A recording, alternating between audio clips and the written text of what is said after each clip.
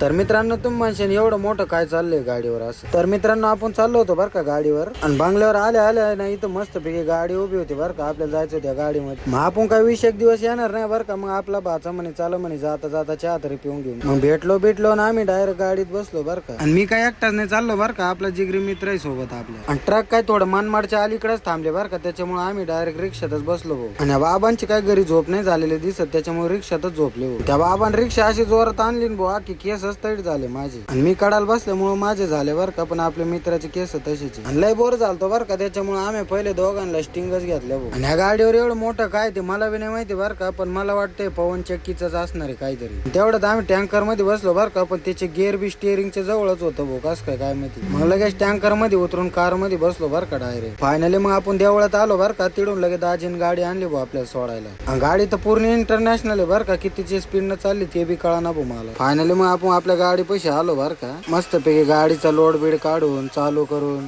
काटा करून गाडी भरून चला म्हणलं आता घेऊ बांधून नाही का. जोडीदार म्हणे तू फक्त व्हिडिओ काढ मी देतो म्हणे बांधून. एक तर आपली पहिली ट्रिप होती बरं का. मित्राला म्हणलं जमन कर मला ते म्हणे होगा देखा जायगा. फायनली मग गाडी बिडी बांधून झाली बरं का. मग जोडीदार म्हणलं येतो म्हणलं चाल पावसा पाण्यात लवकर जावं लागेल. तर मित्रांनो फायनली मी रवी भाई निघलो बरं का जोरात गाडी चालू करून. तुम्हाला तर माहिती आपण ऑलराऊंडर त्याच्यामुळे हे बी जमलं बरं का आपल्याला. चला मग व्हिडिओ आवडला असेल तर नक्की लाईक करा. Bye bye.